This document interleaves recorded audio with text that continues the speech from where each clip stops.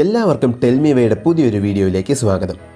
നിങ്ങൾ ആകാംക്ഷയോടെ കാത്തിരുന്ന JCBയുടെ നിർമ്മാണമാണ് ഈ വീഡിയോയിൽ നാം കാണുന്നത്. സമയം കളയാതെ നേരെ ഫാക്ടറിയിലേക്ക് പോകാം. മണ്ണുമാന്തി യന്ത്രത്തിൻ്റെ യഥാർത്ഥ പേര് എക്സ്കവേറ്റർ എന്നാണെങ്കിലും നാം അതിനെ എപ്പോഴും JCB എന്നല്ലേ വിളിക്കാറുള്ളത്. ഇന്നൊട്ടനേകം കമ്പനികൾ ഇത്തരം യന്ത്രങ്ങൾ നിർമ്മിക്കാറുണ്ട്. കമ്പനി ഏതാണെങ്കിലും ഇതിൻ്റെ എല്ലാം നിർമ്മാണം ഏറെക്കുറെ ഒരുപോലെ തന്നെയാണ്. നമുക്കാദ്യം ചെയിനിലോടുന്ന എക്സ്കവേറ്ററിൻ്റെ നിർമ്മാണം കാണാം. അതിനുശേഷം വലിയ ടയർ ഉള്ളവയും. ഫാക്ടറിയിലേക്ക് കൊണ്ടുവരുന്ന വലിയ ഉരുക്ക് ഷീറ്റുകളിൽ നിന്നാണ് ഇതിൻ്റെ തുടക്കം. ആദ്യം തന്നെ ഷീറ്റിനെ ഫർണസിൽ കയറ്റി തീ ഉപയോഗിച്ച് ചൂടാക്കിയെടുക്കുന്നു. തുരുമ്പും മറ്റു മാലിന്യങ്ങളും കളയാൻ വേണ്ടിയാണ് ഇങ്ങനെ ചെയ്യുന്നത്.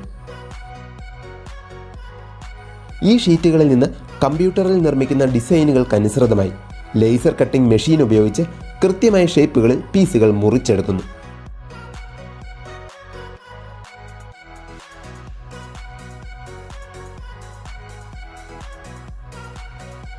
പ്ലേറ്റുകളിൽ നിന്ന് വേർപെടുത്തിയെടുക്കുന്ന പീസുകളെ അടുത്ത സ്റ്റേഷനിലേക്ക് കൊണ്ടുപോകും.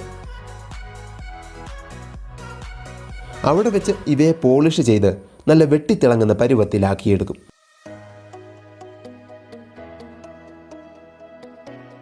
ഇങ്ങനെ റെഡിയായി വന്ന പീസുകളെ ആവശ്യാനുസരണം പല സ്റ്റേഷനുകളിലേക്ക് വിടുന്നു.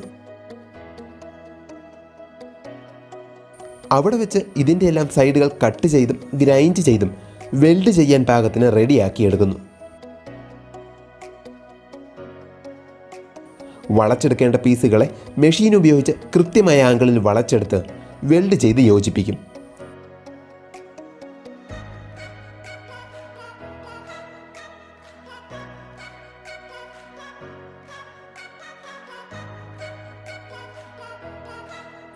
ഇങ്ങനെ നിർമ്മിച്ച പീസുകളെ ക്ലാമ്പ് ഉപയോഗിച്ച് ഉറപ്പിച്ചതിന് ശേഷം തമ്മിൽ വെൽഡ് ചെയ്യുന്നു. എക്സ്കവേറ്ററിനെ നീങ്ങാൻ സഹായിക്കുന്ന ചെയിൻ ഇടുന്ന അടിഭാഗമാണ് ഈ നിർമ്മിച്ചു വരുന്നത്.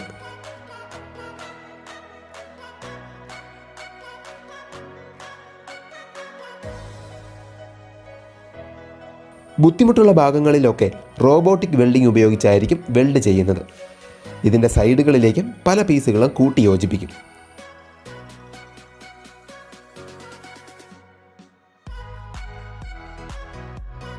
ഇതേ സമയം തന്നെ എക്സ്കവേറ്ററിൻ്റെ പ്രവർത്തനങ്ങളിൽ സഹായിക്കുന്ന അതിൻ്റെ നീണ്ട ഇരുമ്പ് കൈകളുടെ നിർമ്മാണവും മറ്റൊരു സ്റ്റേഷനിൽ നടക്കുന്നുണ്ടാവും.